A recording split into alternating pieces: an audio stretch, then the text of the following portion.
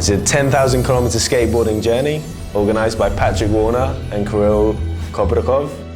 From Moscow to Hong Kong, only by train.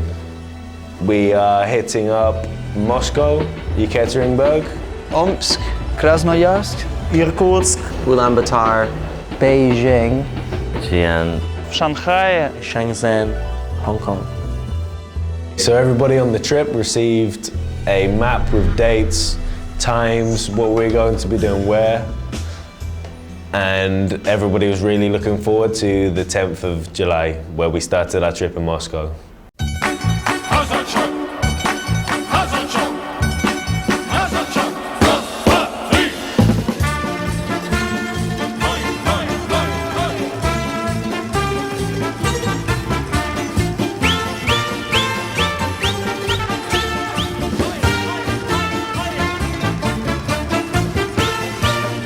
After checking out Red Square and introducing ourselves to each other, we're all eager to go skate.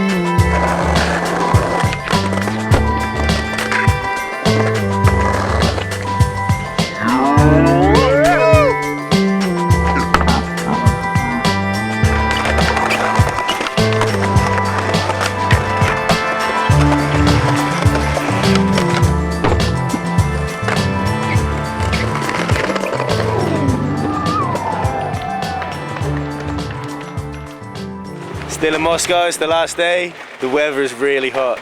Looking forward to getting on the train.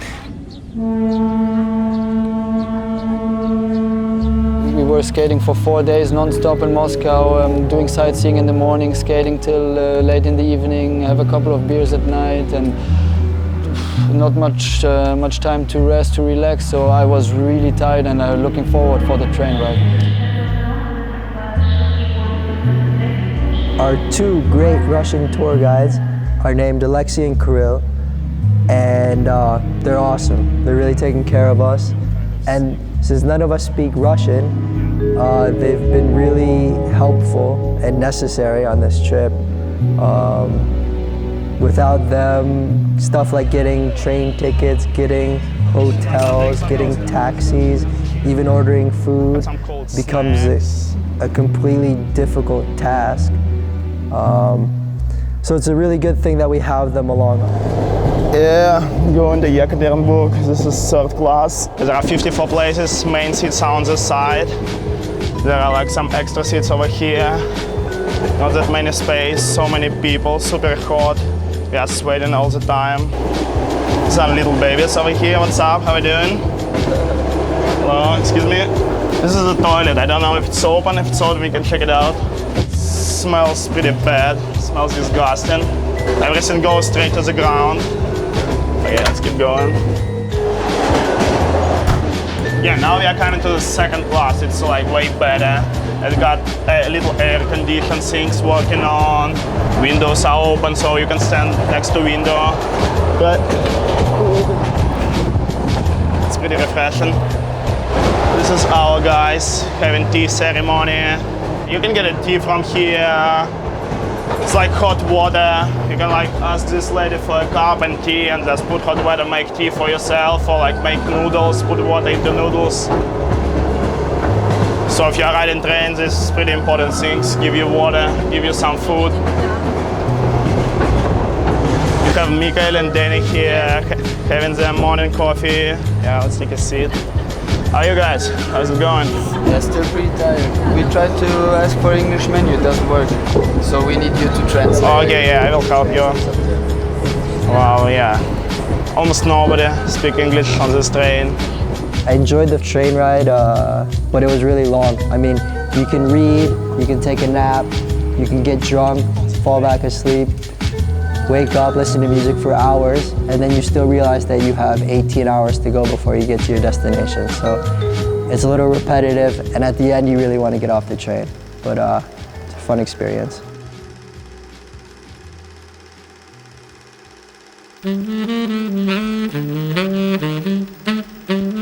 There was one really good spot in Yekaterinburg. It's like marble monument at the entrance to a cemetery. But it was made like long time ago, so it's pretty rough and rugged. It's not the easiest spot to skate.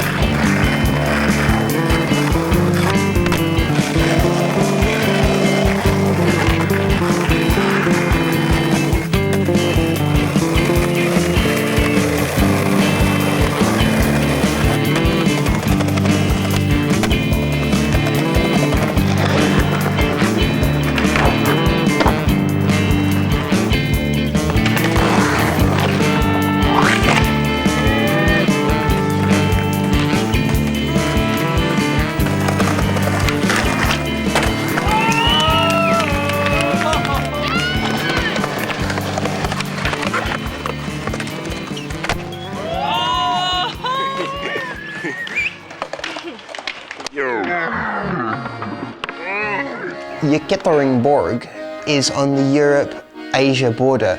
I mean, according to geography, border between Europe and Asia is next to Ural Mountains, and this is where Yekaterinburg is located.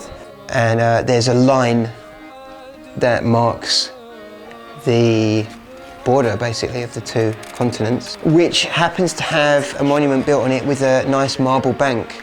Everybody did wall ride from Europe to Asia and back, so we did some transcontinental tricks.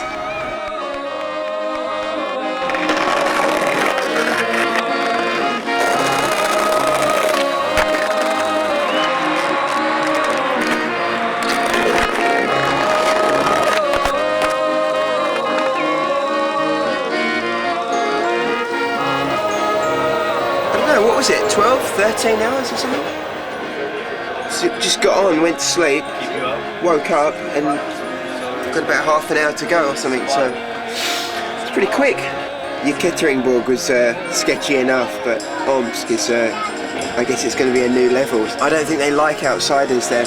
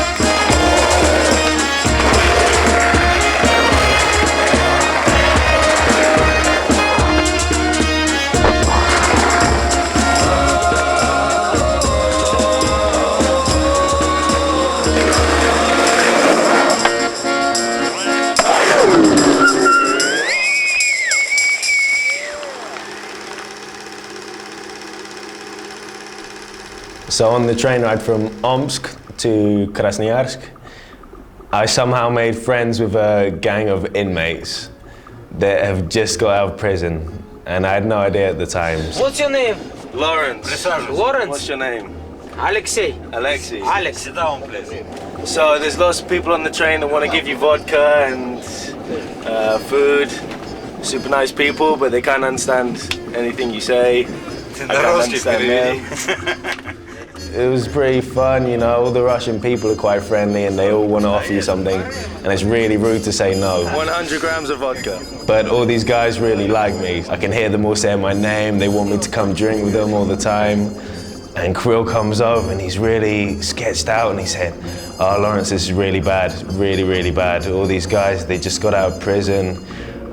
This situation could go really badly. I think you should take all of your stuff and come to the other carriage of us as soon as possible and try not to speak to them, don't look at them." So it kind of sketched me out. I think they'd already pushed Zaref and tried to fight him. In the end, nothing bad happened. They did find me and tried to get me to come back and drink, but I made it alive in the end. Trans-Siberian. All right, so we just got off the train in Krasnoyarsk. It was like 24 hours to get here from Omsk. And this is the apartment we're going to be staying in. And we've been advised not to go outside by the locals here because, yeah, it's not very safe apparently, especially for any foreigners. And then this is one of the rooms. This one is my particular favorite. It's pretty broken. This is where you're going to be sleeping. This is the bath. We've also been informed that there is no cold water. No. Yeah, it's going to be good. We have a good night here. I'm already psyched. This is what I like to see. This is the real Russia right here. This is the good old times.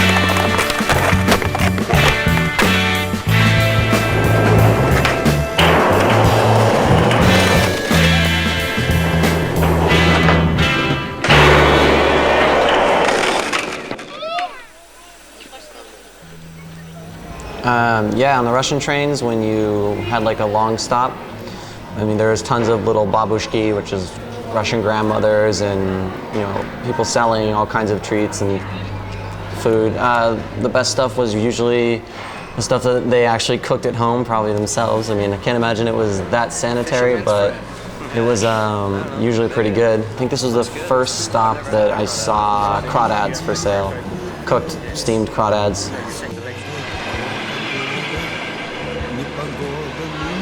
Two of Kirill's friends, Stas and Naim, joined our trip in Siberia.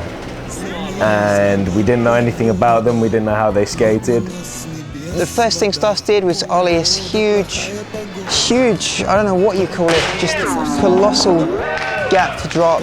and he went through 2 boards doing it. And he's kind of the terminator of the trip. He was ready to try for more, but we didn't have really like boards that were comfortable for him. That's the only reason he gave up. Irkutsk was definitely way more touristy, but it had good spots and it was beautiful. Lake Baikal is beautiful. The fish market was really good and it's all worth checking out. Wow, there's something very fishy about this. Yeah! Oh. How is the spot? It's pretty good. There's horses and ledges and all kinds of fun stuff. It's pretty cool. Welcome to Irkutsk.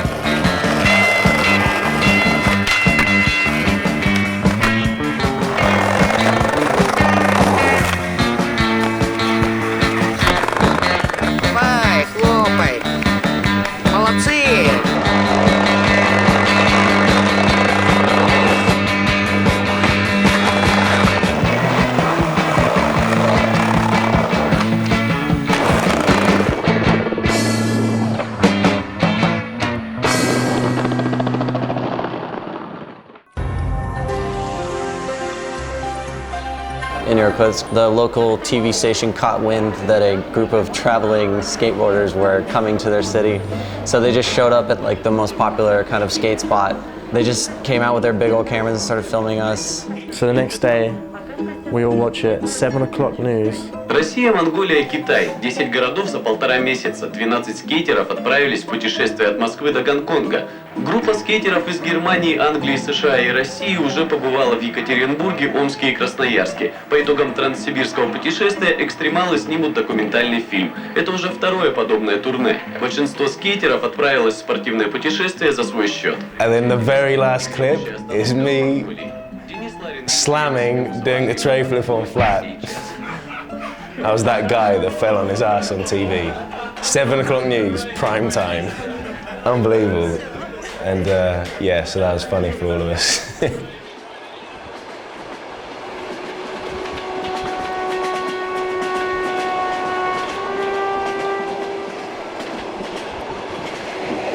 We're just about to cross the border into Mongolia. And this is the best scenery we've seen through the whole train ride. Lakes, mountains. There's no open windows apart from this one. So that's why we're all sticking our head out there. We arrived at the border to Mongolia pretty much 3.5 weeks after we left from Moscow. And the border was really boring, actually. We had to wait for 5 hours. I have no idea why the passport control took so long, but yeah, we were lucky because the weather was nice, so we could walk around this little town, but there was not much to do, so we climbed up this little hill. Mongolia is straight behind those mountains. So we are about like 5 or 10 kilometers from Mongolia. It's like this place in the middle of nowhere, around 6,000 kilometers from Moscow. We crossed from Russia to Mongolia. It was like, you know, looking out the window, I'm like, all right, what's up with Mongolia? Like, what's the difference in the scenery? You know? It was pretty much the same thing, obviously, because it's not like scenery just changes on country lines. So then, you know, we rode for a while, and then I went to sleep, and that, you know, it was an overnight train continuing. And when I woke up, I remember looking out the window and just being shocked, like completely shocked. I mean, the scenery had just completely transformed, you know, like rolling hills, no trees, all those gers that they live in, which is like a traditional Mongolian house. I read in my book before getting to Ulaanbaatar that there was only 2 million people living there. So I thought, as in most big cities, there must be something to skate. We had no trouble finding spots, and we found a lot of really good spots as well, and it was really fun. And I loved the way everything looked really rough, and I loved the sketchiness as well. Yeah, Mongolia was something else.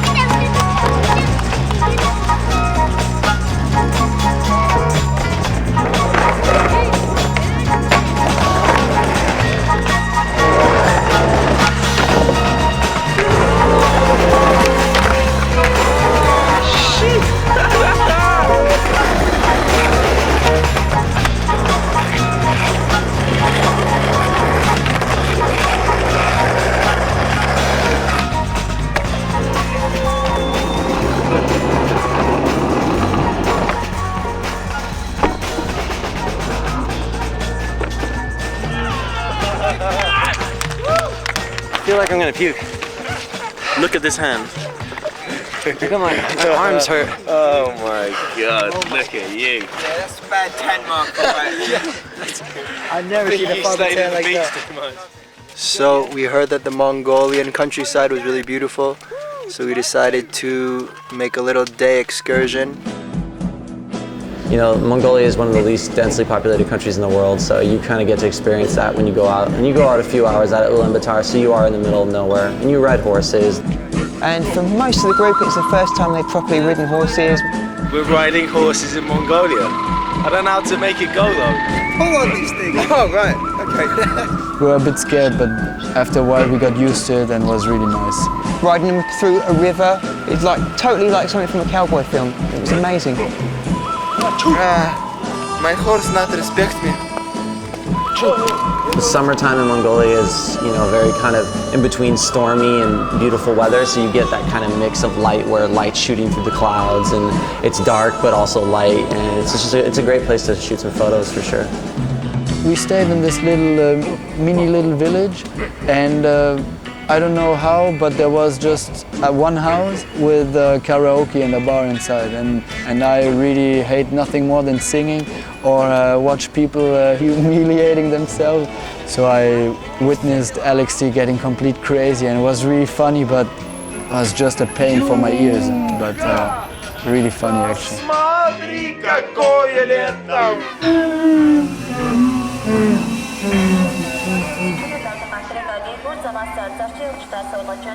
Ulaanbaatar to Beijing was basically that was the nightmare, the hell trip. It's pretty much 36 hours, I think, with a 6-hour border crossing of just pure hell. Mongolia. Mongolia. Mongolia. Mongolia. Okay. Yeah. China. Genghis Khan. Oh, Genghis Khan. Genghis Khan. The landscape is awesome. It's flat sand with lizards. Oh, there's a lot of lizards around. A lot of people spent the time waiting for the bus by catching lizards, which is quite nice. And like I said, 6 hours at the border, nearly missing the bus. The only way to get to Beijing straight is to take a sleeping bus. Which was pretty rough because they were designed for small Chinese people, and for people like Kate and Naeem, I think they had a really bad time. So you're curled up in this little ball and the ceiling's about a foot away from your face for like 12 hours. And then we arrive in Beijing at 4 in the morning. We have absolutely nowhere to stay. So we get settled in our hotel around about 8ish and have a little bit of sleep, and it kind of suddenly dawns on us that we're in one of, I guess, one of the biggest cities in the world. It's absolutely colossal. 24 million people here, so many buildings, so many 8-lane motorways going through it, so much traffic. So the first noticeable thing about when we arrived in China was the humidity and the heat. It was really, really hard to skate. It was a bit too much, too humid, especially when you have bad diarrhea and you're trying to skate.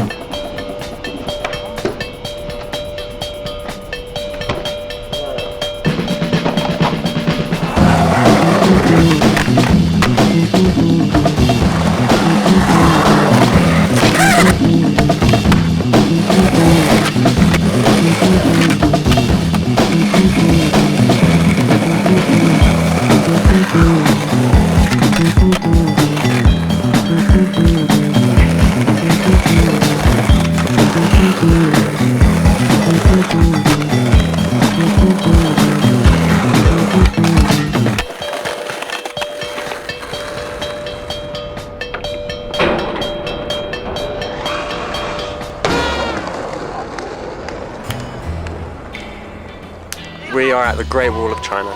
The wall is one of the 7 wonders of the world, and it's not really surprising because I wonder how they get all these bricks up here. It seems to go on forever and it's rolling over these hills.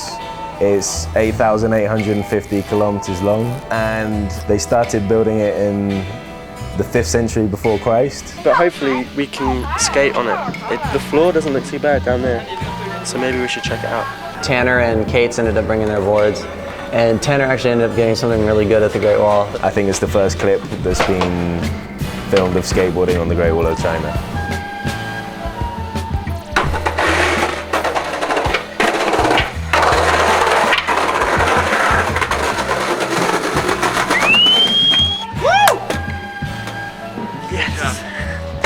Oh, I thought I was gonna die at the last set, but...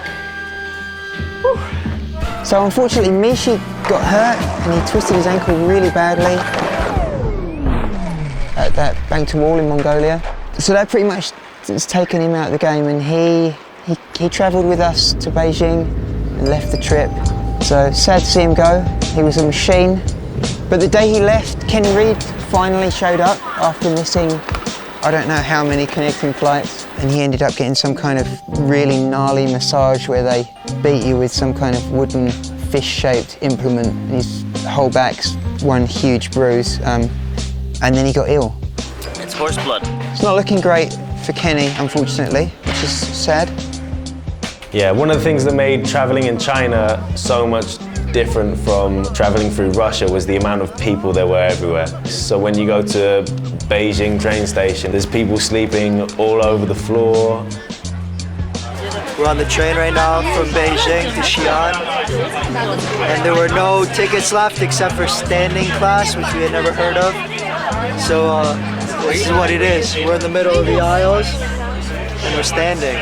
Some of us decided to get flights, the rest of us got standing class tickets.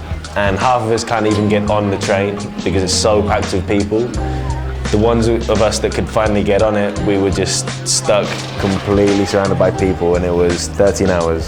So me and Kirill decided the only way we could get through standing class was to get as drunk as we could. And waking up, I was so drunk still, felt so bad, and had a conversation with a baby for about an hour, teaching him English. Quite weird, yeah. Yeah. Hello. Hello, yeah. Hello, yeah. I like Xi'an, the city, because it has a really old feel to it. It's got a lot of the architecture hasn't changed, you know, in thousands of years or whatever, and it's one of the oldest cities in the world. So there's all these new spots, and in the background there's, you know, old temples. Whereas in the other bigger cities, it's just, you know, huge buildings and cement everywhere.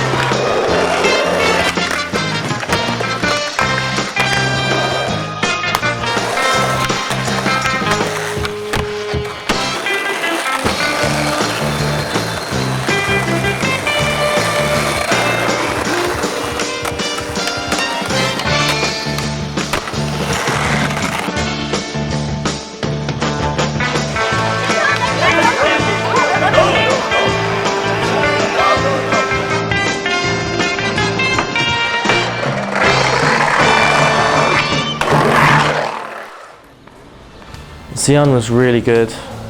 Could have stayed there a lot longer, but we had to keep going. Shanghai was the next stop. We arrived in Shanghai, it's so hot, and it rained the whole time pretty much. Every day there was thunderstorms. It'd be sunny for about an hour, then it would be torrential rain again. Just rained and rained and rained for 3 days straight. We heard it was good weather in Shenzhen, so we headed straight there. This is the very last train ride, and I have a bed, so I'm very pleased. Unfortunately for the others, that is not the case. Every time we're in a built-up area or near a train station, they have to lock the toilets. But what they didn't realize was that any skateboarder can get in because the skate tool is exactly the right size to open the door. Hopefully there's no one in there. This is a typical Chinese hole. They don't have toilets in China. You just have to somehow squat and shit into a little hole without getting any on your trousers or your shoes. It's pretty fun.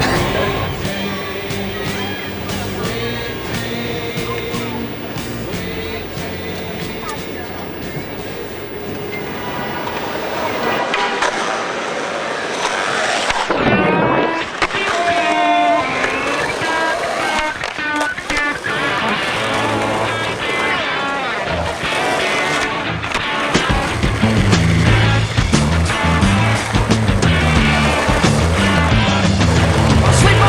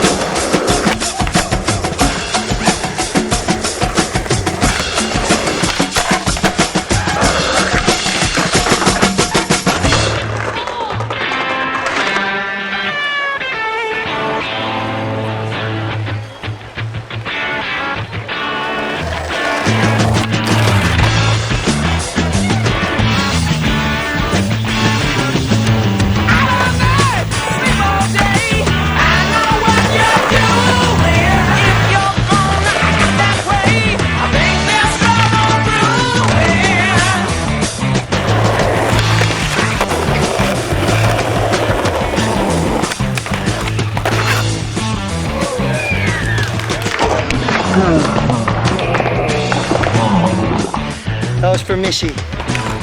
Thanks for the grip, buddy.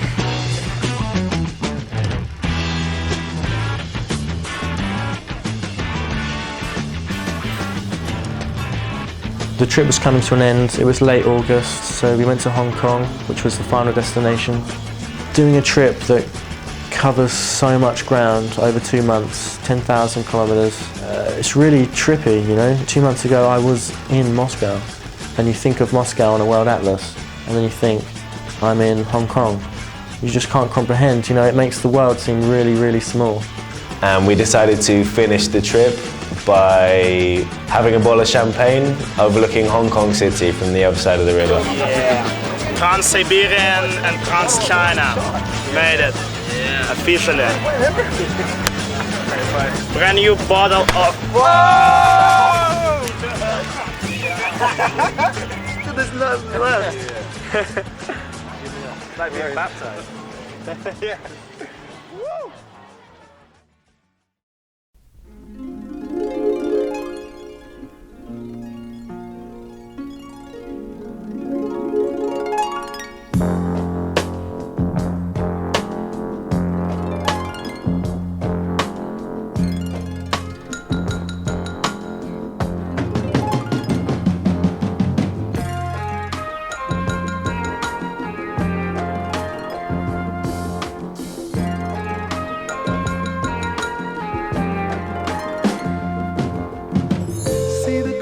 Hanging in the window in the evening on a Friday night. A little light shining through the window lets me know everything's alright. Summer breeze makes me feel fine. Blowing through the jasmine in my mind.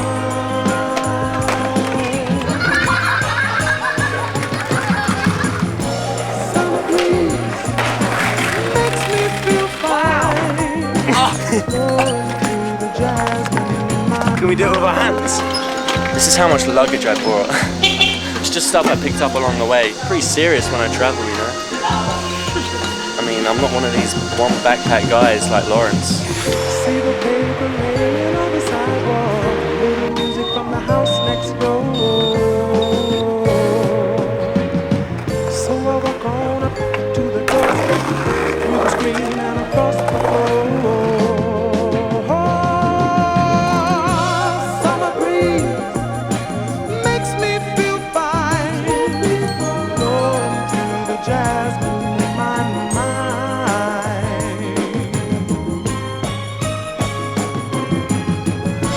Summer breeze makes me feel fine, blowing through the jasmine in my mind. Well, I get the tail. Pretty good. The Great Wall is short on spots, but it will be shredded. Great Wall will get some shredding today.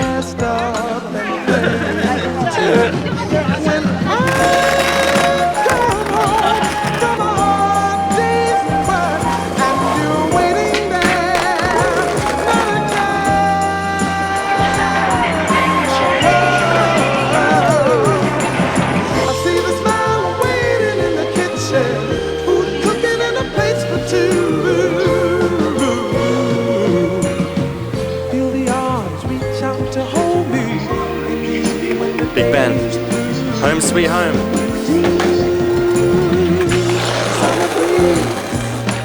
Makes me feel fine, blowing through the jasmine in my mind.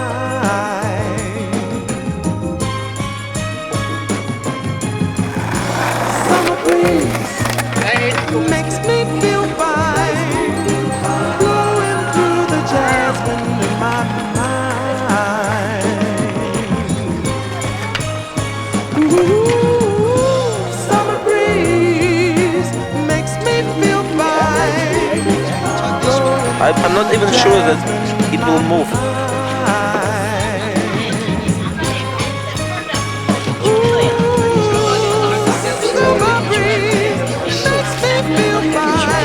Craziest train in my life. before and after. Before and after. Puberty. Get a picture with the bear. Yeah, it's real. 3, you want to touch it. 5 to take a picture of the Yeti.